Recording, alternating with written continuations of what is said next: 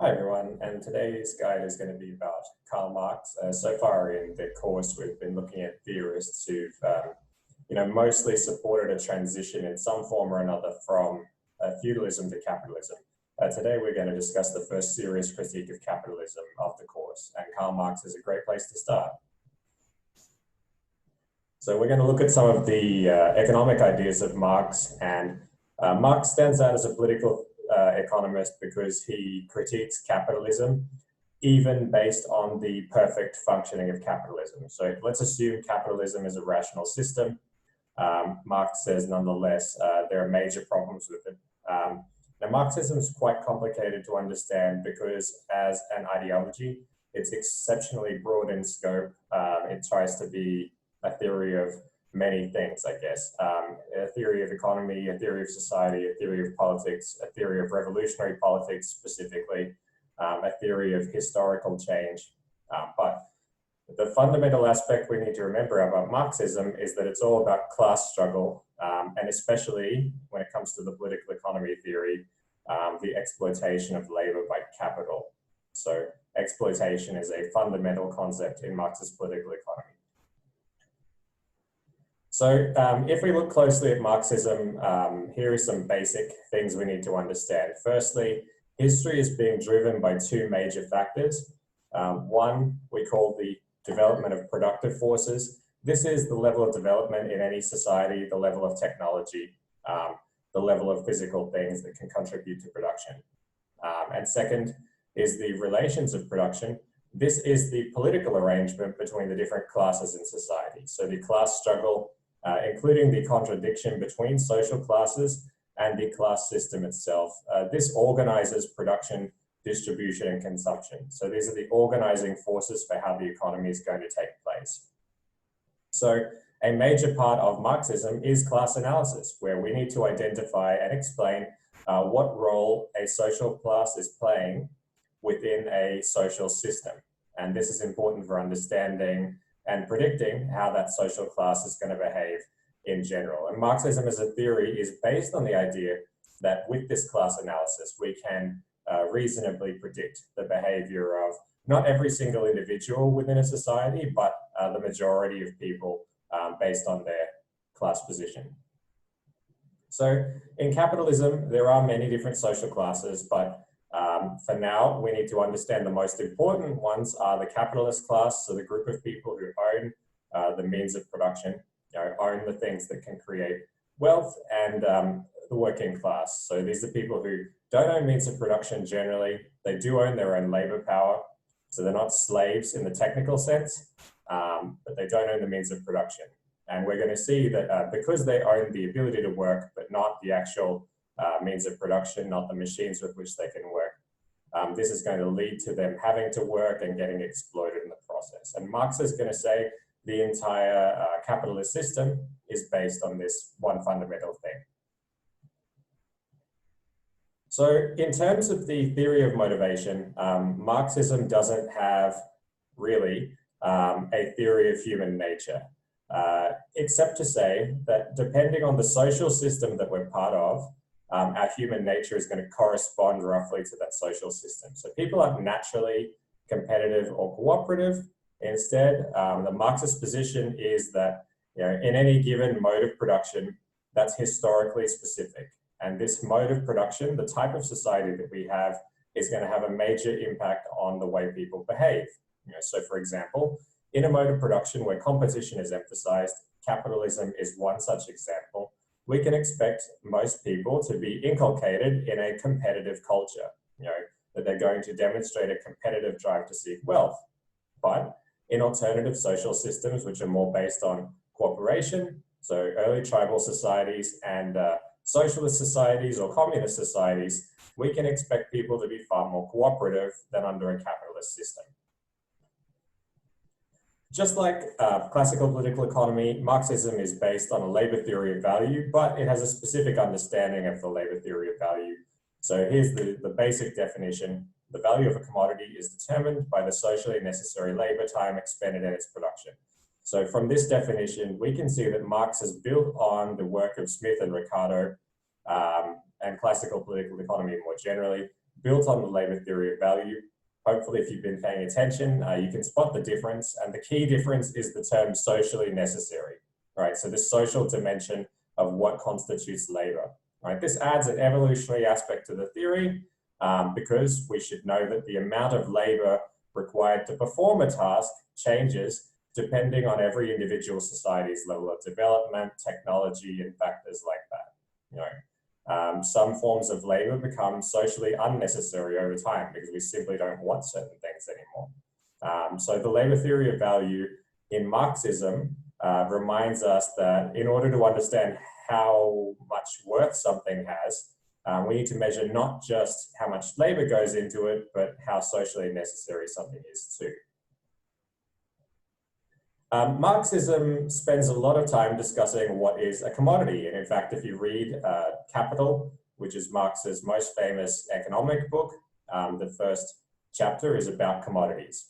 So what do we need to understand in terms of the Marxist view of commodities? Firstly, Marx distinguishes between use value and exchange value. Now, use value is the reason we make something. Every single thing we make has a use value.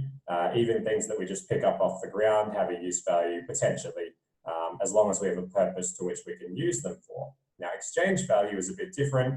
This is the price that we exchange things for, right? So exchange value is how much of one commodity we can get for another commodity. You know, what quantity of one commodity we can get for another commodity, right? So generally in capitalism, we make commodities not for the purpose of the use value, which is interesting, right?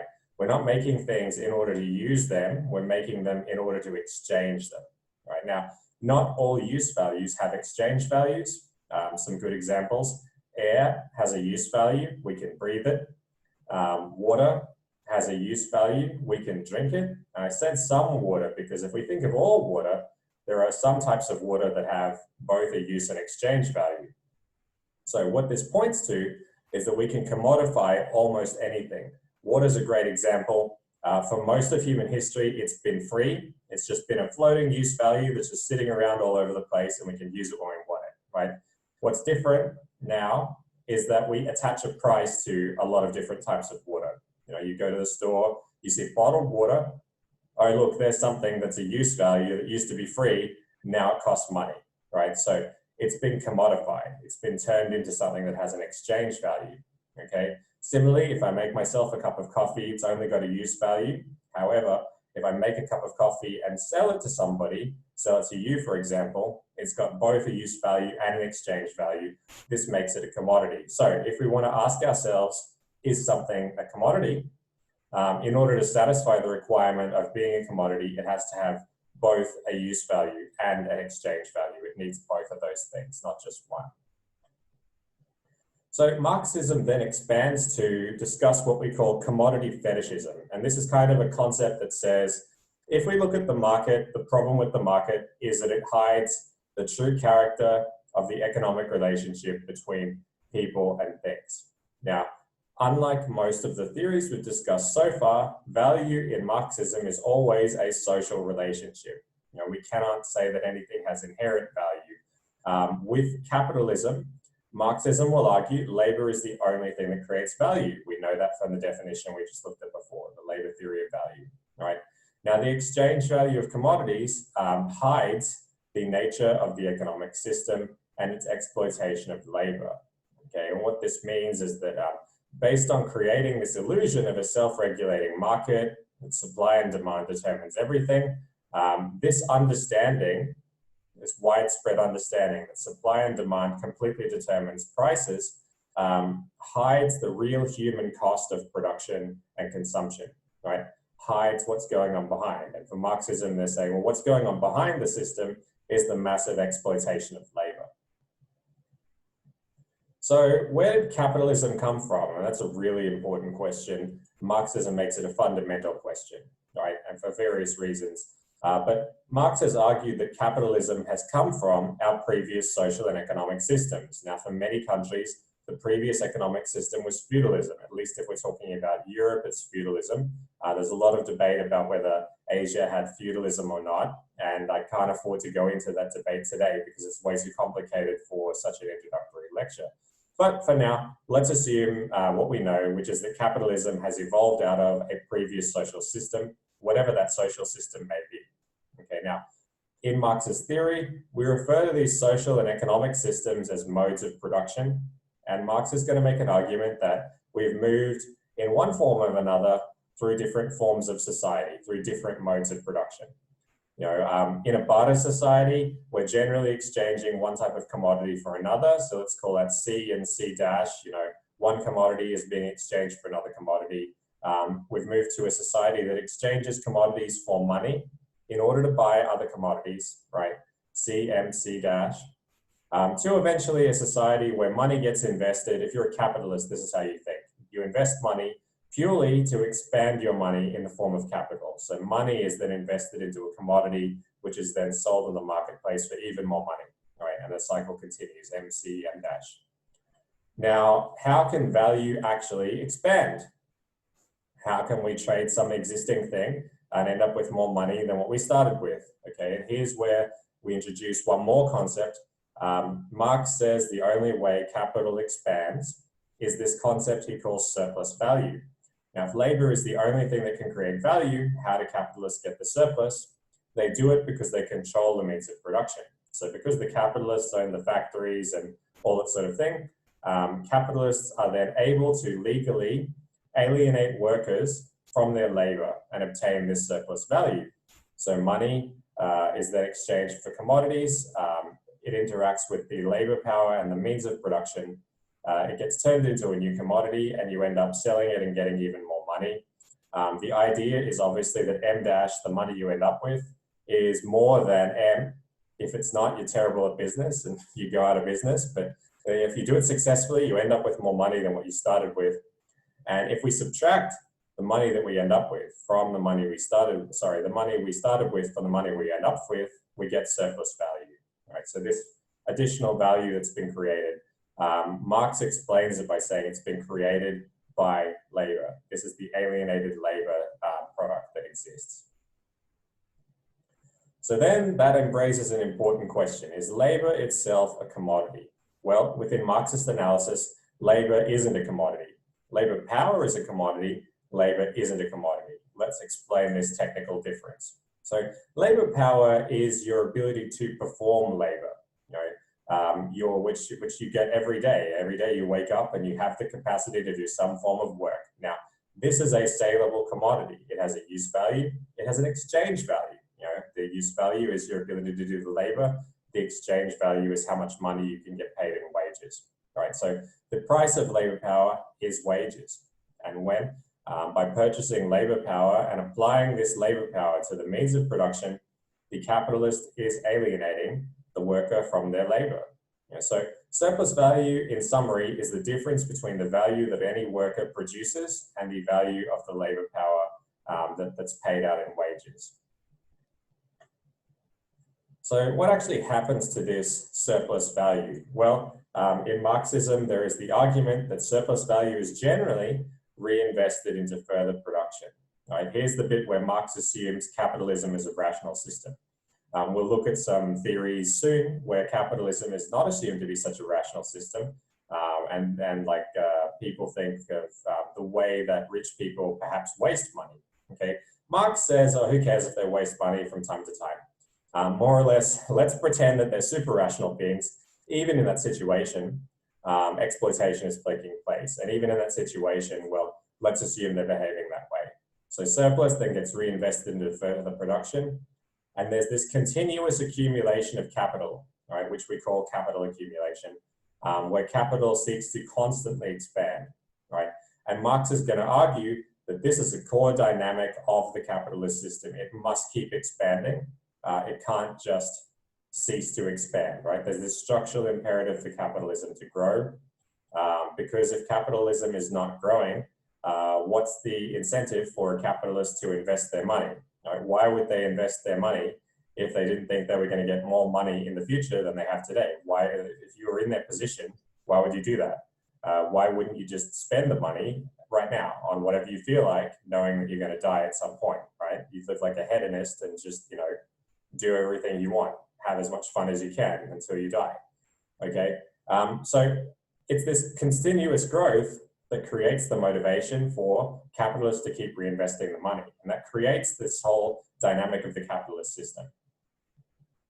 So a fundamental part about the Marxist understanding of capitalism is that it's seriously prone to crisis. And we're going to look at Marx, Veblen, and Keynes in the next few weeks and say, well, these are all theorists who have a strong emphasis on capitalism being an unstable system, a system prone to crisis, right? So there are inherent contradictions for Marx in the capitalist system, which make the system prone to crisis.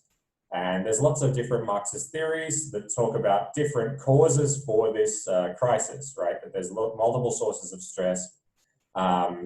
Most theories are based on at least one of the following examples, but sometimes multiple of the following examples.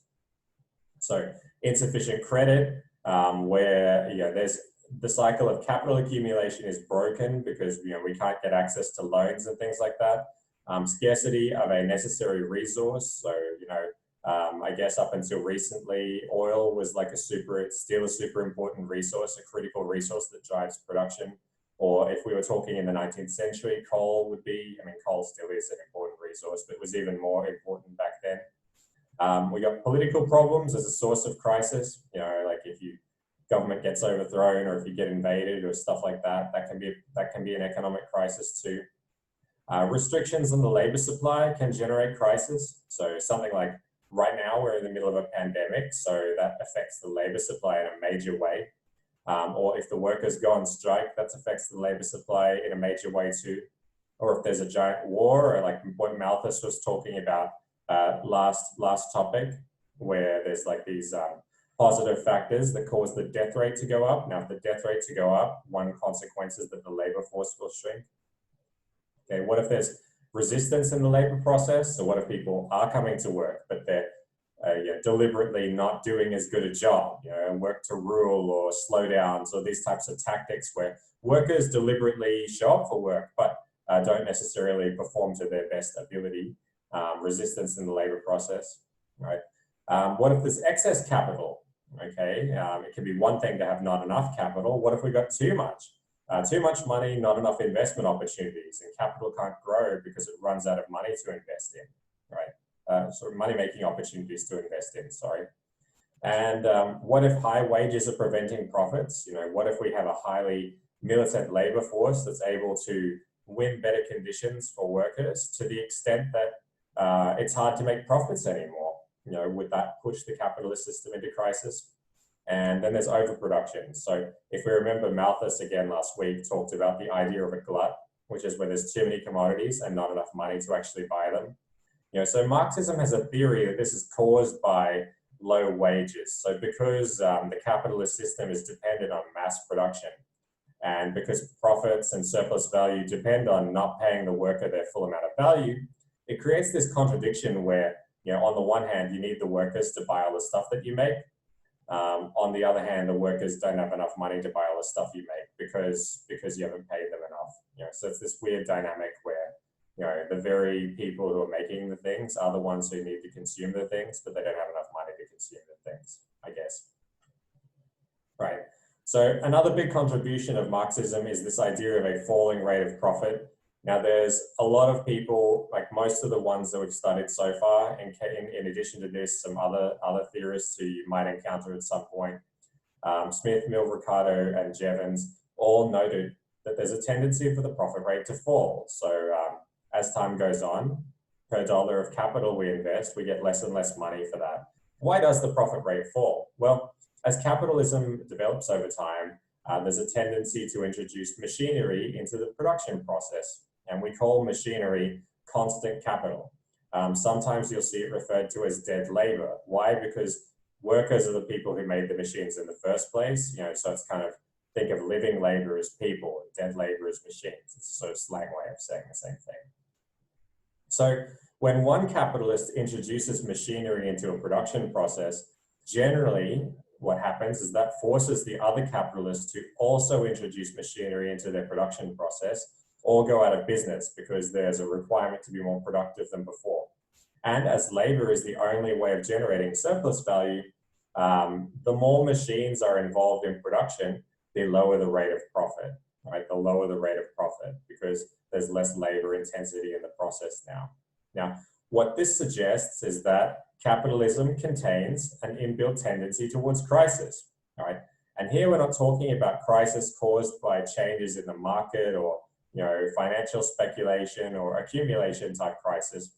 Here we're talking about, well, there is an end point. If capitalism is a system based on continuously expanding profit and the profit rate is continuously falling, that's a big deal, right? Because capitalism is going to have to do weird stuff all the time to try and resurrect this rate of profit and make sure the system keeps growing. And that's where we see a lot of strange things happen.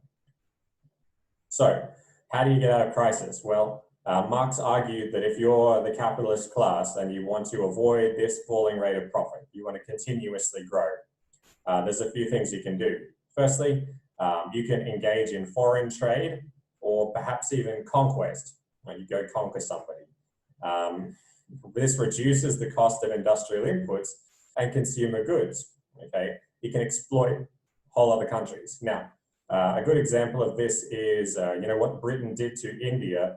Britain became the leading country of the Industrial Revolution by basically conquering India and other countries, right?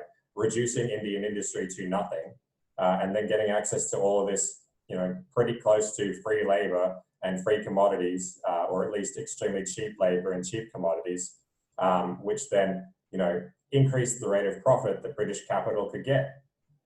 So if you're able to do it, I'm not morally suggesting this, of course, but if you're a capitalist and you're able to conquer another country, sounds like a great idea. You can temporarily increase the rate of profit until you run out of countries to conquer, or until you lose the ability to conquer any more countries. You run out of easy opponents to beat. Next, you could create a reserve army of labor. So Marx argued that if we create unemployment deliberately, this is going to mean there's competition in the labor force, and it's going to keep wages low, right? So the reserve army of labor concept is unemployment is not an accident in capitalism, at least not always, right? There is a deliberate structural side to unemployment where a certain number of people are deliberately kept unemployed in order to keep wages down. Right, number three, you can make constant capital cheaper. So what if we somehow find a way to make machines cheaper, cheaper and easier to build and maintain? What if we discover new resources or technologies that help us do this, right? That will temporarily give us a boost in the rate of profit. What if we reduce wages below the value of labor power? Sometimes you will see this referred to as immiseration. It sounds like misery because it is miserable, right? If you're getting paid below the value of labor power, labor power's value is determined by how much it costs to reproduce the worker. In other words, how much does it cost for people to eat enough, have clothes to keep them warm, have shelter, reproduce the person so they're able to do the same work tomorrow as they are today. If we pay them below the value of labor power, what we're actually saying is we're happy for them to slowly wither away and die, right? We're happy to tolerate somebody being malnourished or, that they're going to be in a condition which they cannot maintain permanently, right? But this is a strategy that often has been used in different parts of different times in capitalism to increase the rate of profit. If you're willing to tolerate people's misery and death, reducing the value of wages below labor power's value is an acceptable strategy. Again, I'm not morally condoning this, but if we look around us, it's a strategy that often gets used. We're okay with people not being paid the amount that they're needed to reproduce themselves. And we can increase the exploitation of workers. So in negotiating about wages, there's always a share of the total production that goes to labor and a share of the total production that goes to capital. Capitalists are constantly fighting to reduce the share of labor power, of value that goes to labor, and to maximize the percentage of value that goes to capital. So this is increasing the rate of exploitation. You can do this either by lengthening the working day or making sure people get paid less per output that they produce. Right? Those are the two ways, right? So Marx, importantly though, says if we look at all of these methods, they're all temporary methods. None of them permanently avoids what he calls the crisis of capitalism.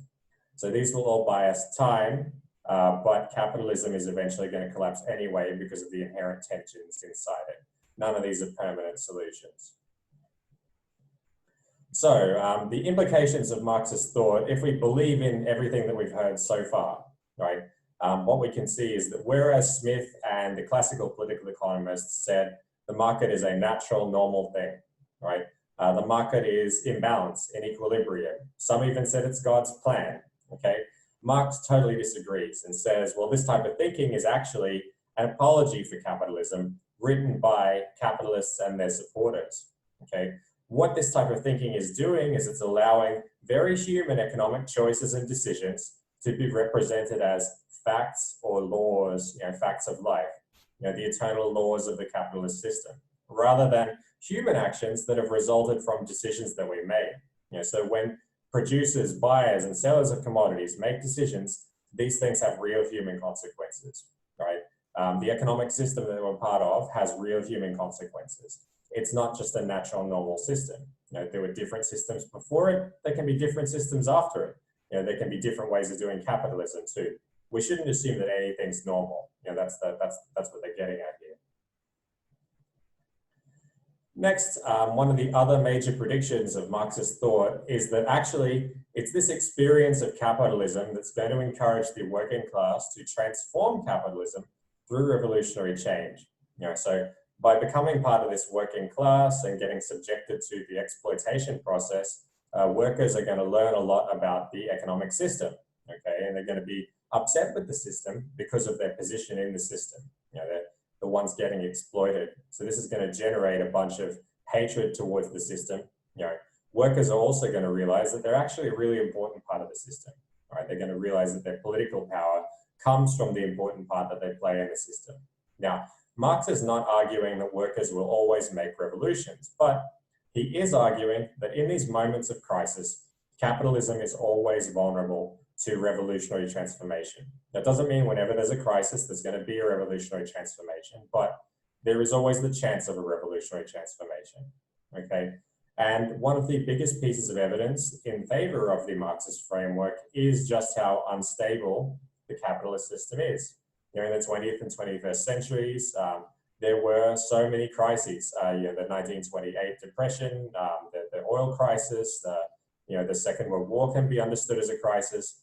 The 1997 Asian financial crisis, the 2008 global financial crisis, and now a lot of people would even argue that the 2020 COVID pandemic is an example of an economic crisis. Now, these crises can either affect a single country, a region, or even the whole world.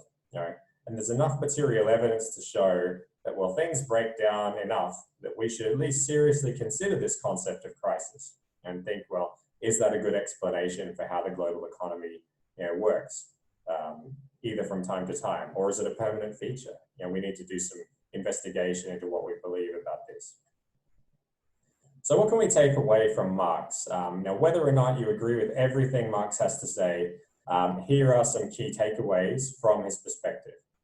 Firstly, we should never understand the economy as natural, right? It doesn't naturally exist. It's a human decision or set of decisions. And also, we shouldn't treat the economy as a thing, right? It's weird not to think of it as a thing, but it's definitely not a thing, okay? This brings into what we call a reification fallacy. This is where we treat an abstract concept as if it actually exists, right? As if it actually has concrete properties. Now, Marx's point here is that the economy is a concept that we use to explain a very broad set of human behaviors, decisions about what to buy and sell, decisions about what to produce, how much to produce, where to produce, the way to produce, decisions like that. And that these behaviors are all grounded in a definite history and space. They occur in a specific time and a specific place. Now, the economy always exists for a definite purpose in any social system, okay? in the capitalist system, the economy works mostly to maximize capitalistic profits, but there's many other ways it can work too, right? So it satisfies a particular set of interests based on the politics that exists between classes and also between nations, right? So, the economy during, the colonial period existed to serve the imperialist countries. If you believe in imperialism still, or if you believe in neo-colonialism, there's a lot of argument that the economy today serves to serve the benefit of imperialist countries, okay? But nonetheless, we can definitely talk about the economy serves which classes, okay? And Marx's point is this: if we look at any economic framework, it always exists to serve at least one class or a coalition of classes, right? So what class is the current economy serving? That's a good question to ask, from Marx's point of view. Lastly, our economic system is not a stable system. It's highly unstable. And unfortunately, there aren't many solutions to that instability. There are temporary solutions, and unfortunately, almost none of those temporary solutions are fun. They're all sort of not very good in their own ways, right? So we live in a highly unstable system. So if you're behaving like this is a stable system, you haven't quite got what capitalism is all about, right? Instability is inherent in the system. And Marx sort of says this in order to greatly attack this idea of equilibrium, this idea that the system is in balance and that, crisis is temporary, balance is permanent. Well, the Marxists are here to remind you that the crisis is permanent and balance is a temporary thing. So I'll move on next week to talk about Torsten Veblen, who thinks capitalism is bad, but for a very, very different reason. Thanks for listening.